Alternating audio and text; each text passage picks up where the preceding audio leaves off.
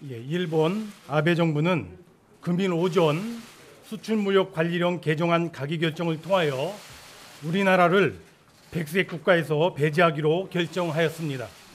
지난 7월 4일 세계 품목 수출 규제 시행에 이어 이번 백색 국가 배제에 이르기까지 일련의 조치는 그간 양국이 어렵게 쌓아온 협력과 신뢰관계를 근본적으로 훼손시키는 행위라 아니할 수 없습니다. 이에 정부는 일본 정부에 대해 강력한 항의와 깊은 유감의 뜻을 표하면서 정당한 근거 없이 취해진 무역 보복 조치들을 즉각 철회할 것을 강력히 촉구합니다.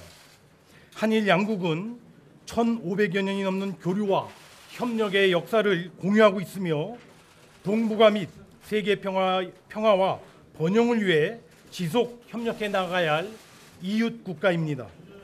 이러한 인식에서 우리 정부는 과거 역사에서 비롯된 문제는 그것대로 해결해 나가되 실질적으로 필요한 협력은 계속 추진되어야 한다는 투트랙 기조를 일관되게 유지해 왔습니다. 작년 강제징용 피해 관련 대법원 판결과 관련해서도 우리 정부는 민주주의 국가로서 대법원의 판결을 존중하지 않을 수 없었으며 이 문제를 풀기 위한 현실적인 해결 방안을 마련하여 이미 일본 정부에 전달한 바 있습니다.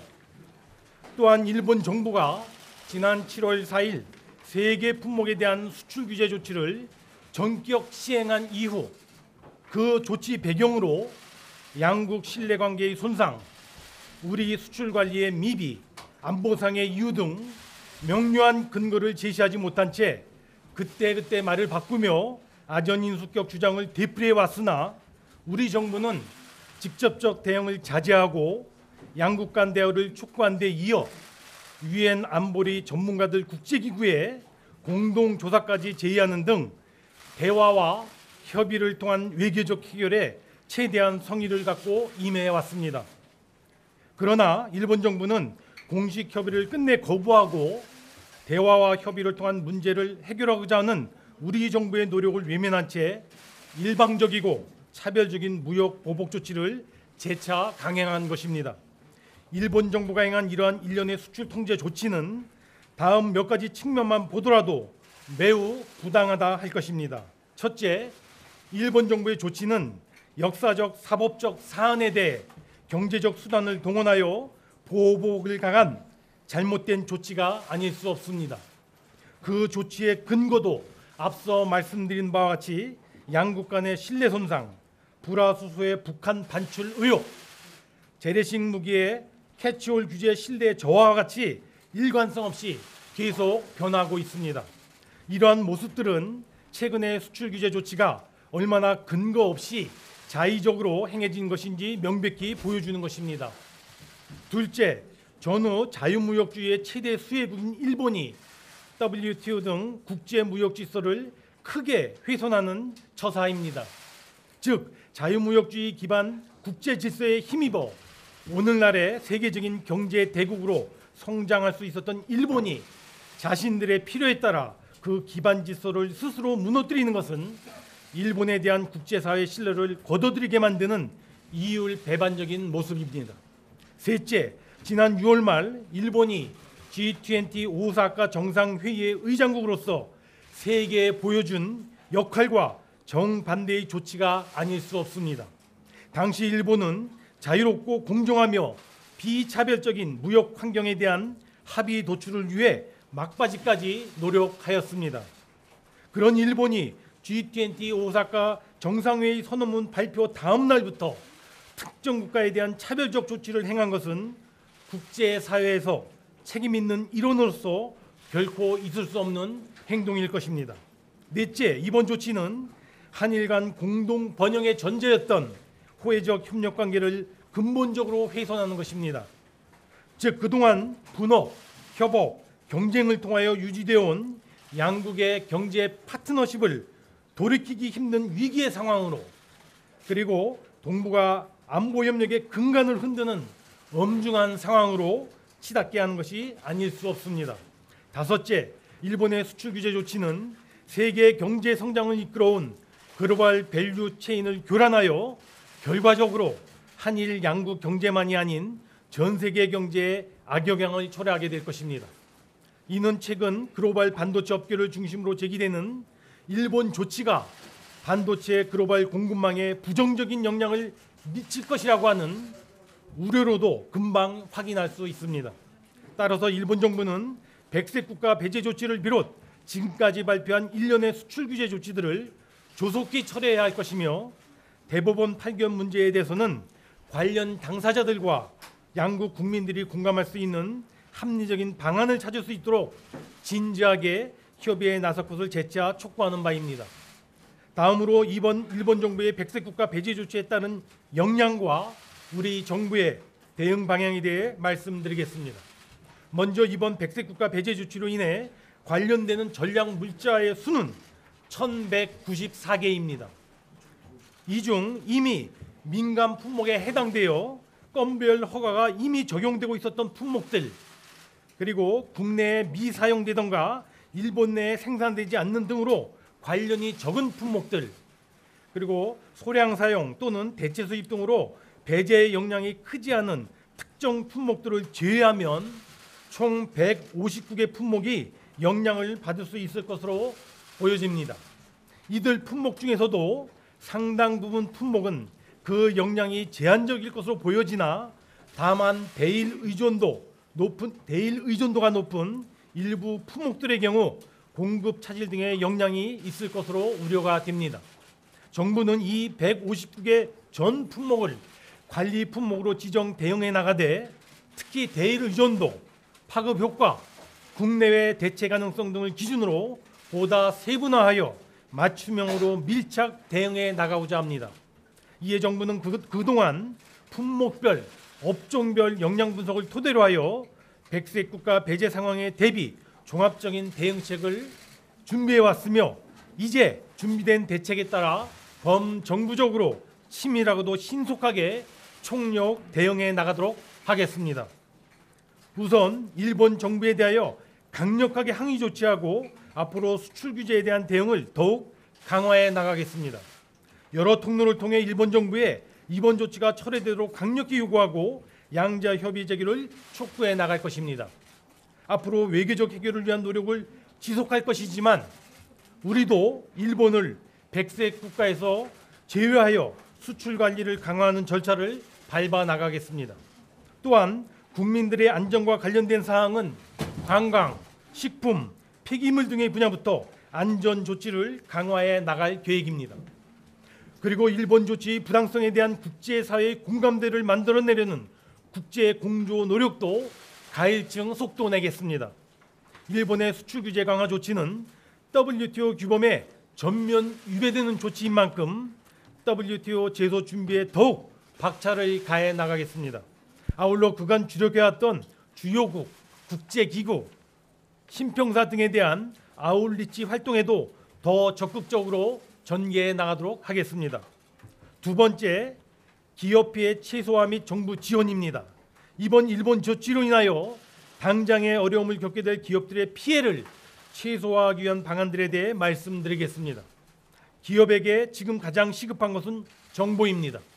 즉, 수출 규제의 불확실성이 지속되는 상황에서 기업들이 안정적으로 경영활동을 하기 위해서는 정확한 정보 제공과 즉각적인 애로 해소가 중요할 것입니다. 온 오프라인을 통하여 일본의 수출 규제 제도와 그에 따른 영향, 정부 지원 내용 등에 대한 정보를 적시에 충실히 제공하겠습니다. 이와 관련하여 관련 정보들을 쉽고 편리하게 파악할 수 있도록 금일 전략물자 관련의 관련 전용 홈페이지를 개설, 오늘부터 운영해 나간다는 점을 말씀드립니다.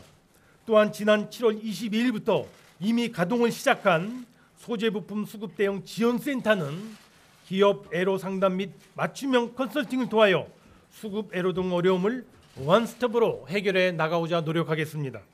무엇보다 소재 부품을 안정적으로 조달할 수 있도록 단기 공급 안정화에 최선을 다하겠습니다. 우선 정부는 물량 및 대체 수입처 확보를 지원해 나가겠습니다.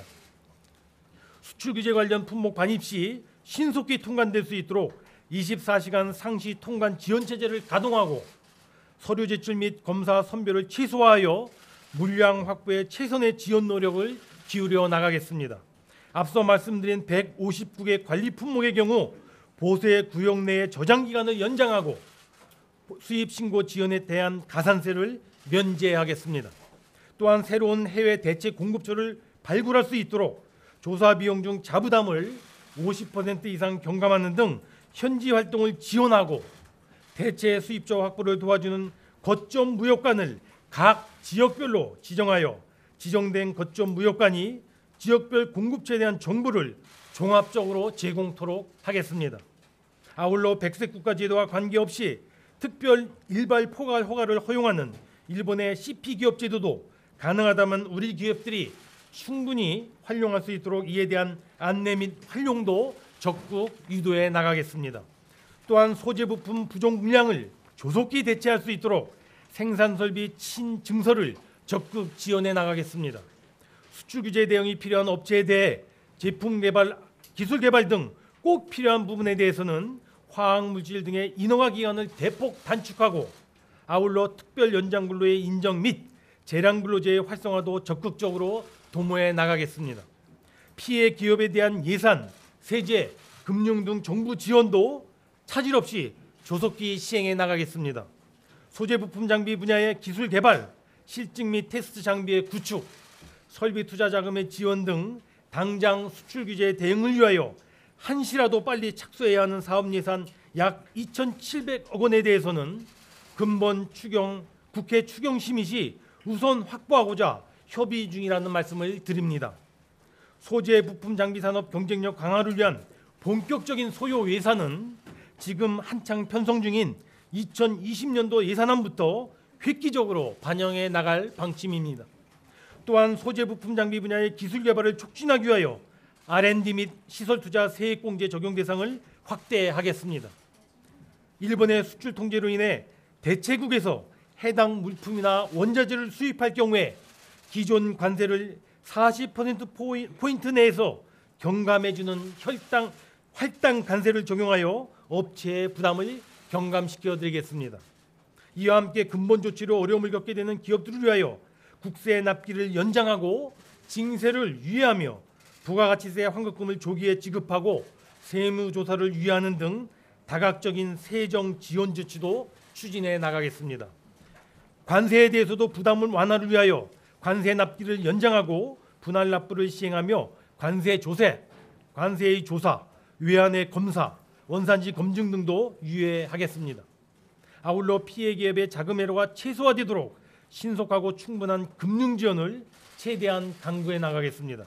먼저 피해 기업 대상 대출 및 보증 만기 연장을 추진하고 최대 6조 원 규모의 운전 자금을 추가 공급하겠습니다. 소재 부품 기업 대상 정책금융 지원 프로그램을 신속하게 집행하고 설비 투자라든가 R&D, M&A 자금 수요도 다각적으로 지원해 나가겠습니다. 세 번째, 산업 경쟁력 강화 및 체질 개선을 위한 근본적인 조치입니다.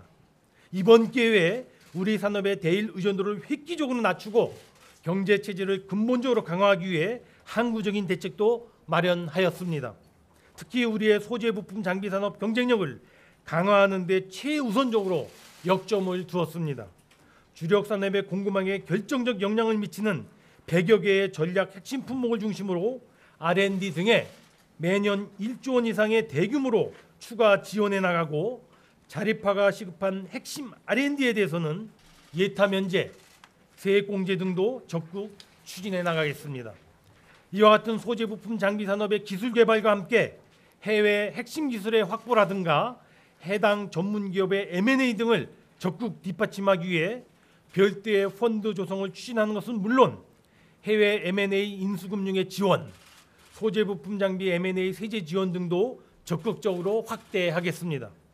아울러 수요 공급 기업 간의 수질적인 협력, 그리고 수요 기업 간의 수편적인 협력 모델을 구축하여 소재 부품 장비 산업 영역에서 대중소기업이 상생하는 강력한 국내 공급망을 이번에 확고히 정착시켜 나가도록 하겠습니다.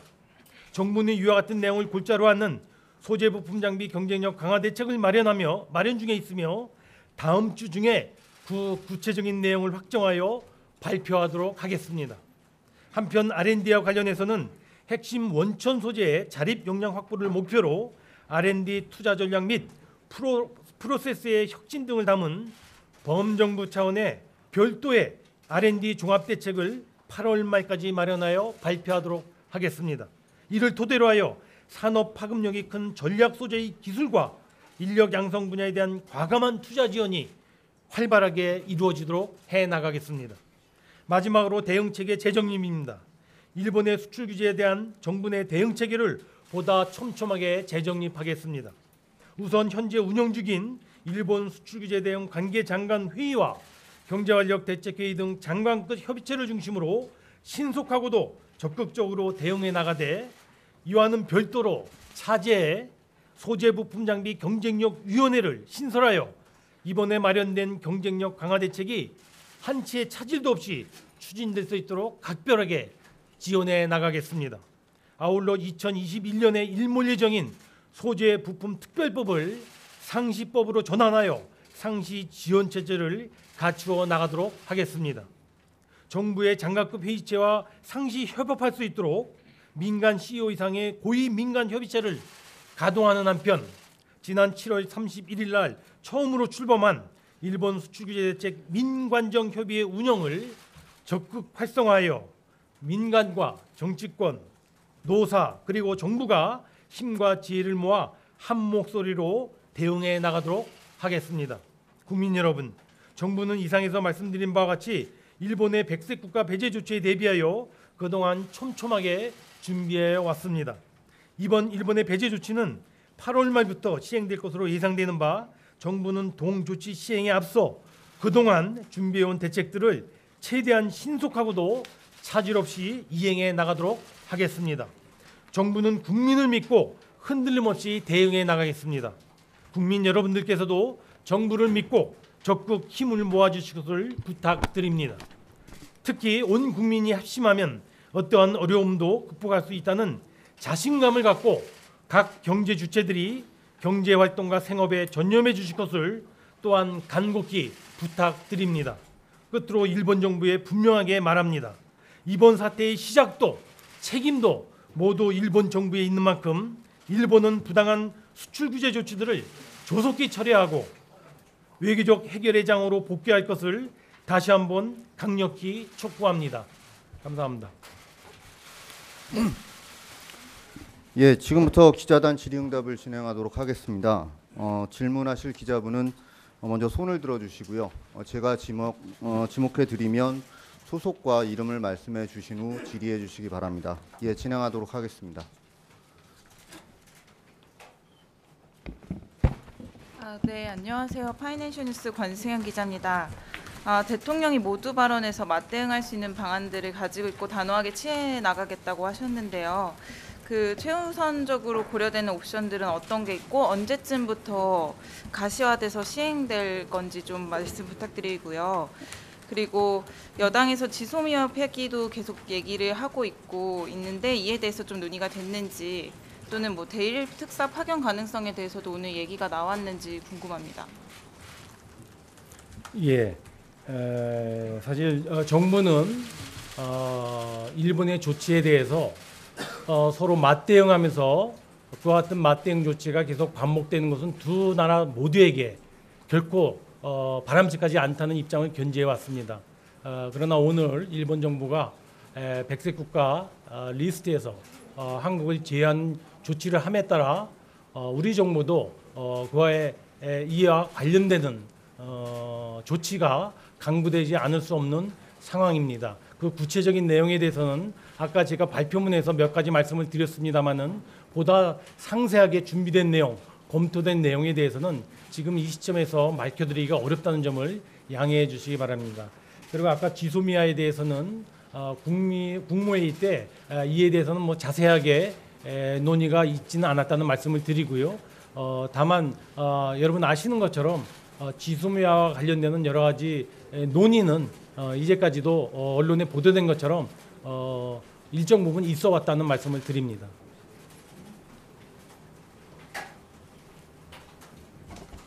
네, 저 서울경제 정순구 기자인데요.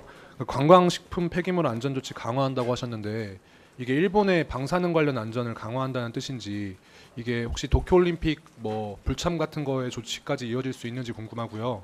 그다음에 대중소기업 상생협력 공급망 정착한다고 하셨는데 이게 정부가 직접 연결하거나 이렇게 대기업이 뭐 국내 중소기업 납품받으면 혜택 주는 식으로 유도하는 거는 그 WTO 보조금 규정에 위배될 가능성도 있을 것 같은데 어떤 식으로 연결을 해주실 건지 좀 궁금합니다. 예, 먼저 아까 관광식품 폐기물 분야의 국민 안전 조치를 말씀을 드렸습니다. 저희가 이와 관련돼서는 오늘 제가 큰 방향만 말씀을 드린 것이고요.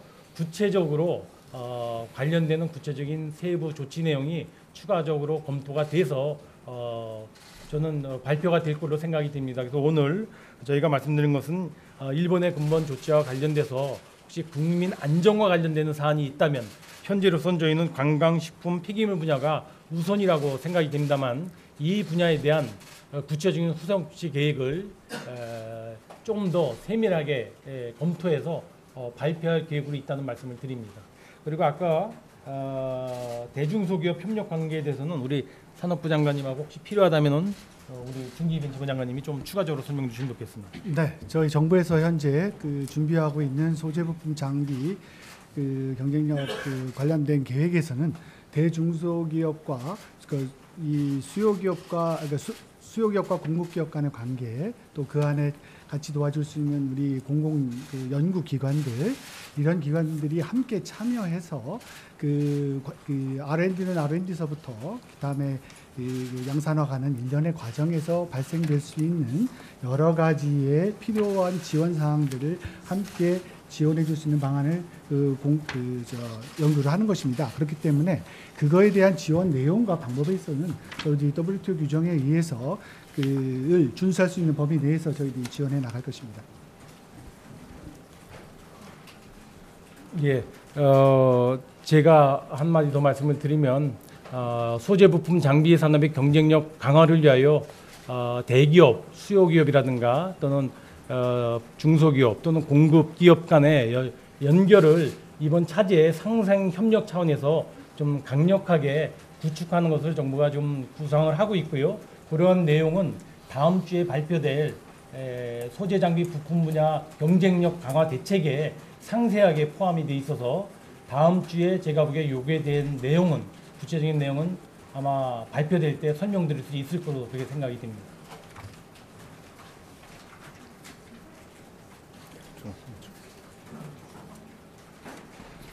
자, 한국경제 서민준 기자입니다. 여기 자료에도 나와 있는데 여기 화이트리스트 제외돼도 우리가 여전히 특별 일반 포괄허가는 이용할 수 있는 것으로 아는데요.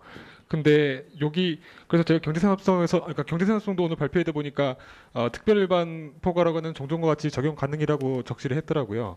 그래서 이거 어떤 그런 품목이 해당되는지 보니까 대부분 전략물자는 특별 일반 포괄허가도 같이 걸려 있긴 하는데 특별 일반 포괄허가 걸려 있지 않아서 이것마저 이용하지 못하는 품목이 뭐가 있는지 파악되어 있는지 궁금하고요.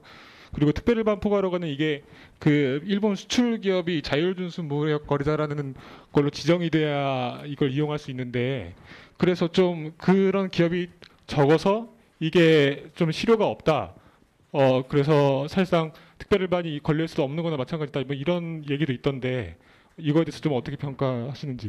그리고 159개 품목은 뭐가 있는지 그 리스트를 좀 공개해 주실 수 없나요?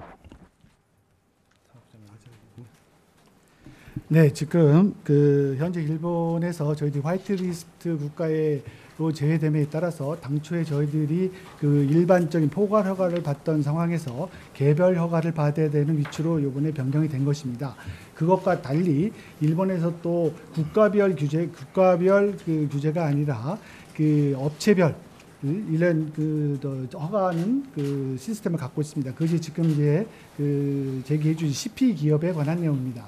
CP 기업에 관해서 구체적으로 어떤 품목을 정해서 꼭 이 품목만 CP 기업을 해준다는 것이 아니고요. 또 CP 기업의 능력에 따라서 그걸 정해주고 일본이 허가를 하고 있습니다. 일본이 발표한 자료하면 약 1,200개에서 300개 정도 기업이 현재 해당이 되는 걸로 있고요. 또 관련된 그 업체로 공개된 업체 리스트와 그 분야에 대해서는 저희 현재 전략물자관리원회 홈페이지에서 그 안내를 현재 하고 있는 사정입니다.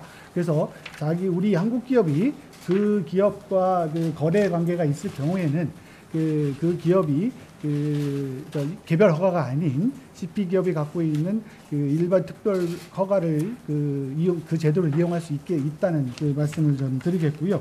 그리고 현재 저희들이 그 일본의 전략물자로 해당되는 그 물자 품목에서 그 여러 가지 그 요소를 제외하고 저희들이 산업적으로 필요하다고 그 영향이 있을 것으로 저희들 분류한 150개, 59개 품목이 있습니다. 이 품목에 대해서는 저희들이 현재 여러 가지 분석 작업을 거치고 있고요. 그래서 구체적인 품목은 저희들이 정리되는 대로 여러분들에게 또 공개 여부를 또 같이 검토해서 말씀드리도록 하겠습니다.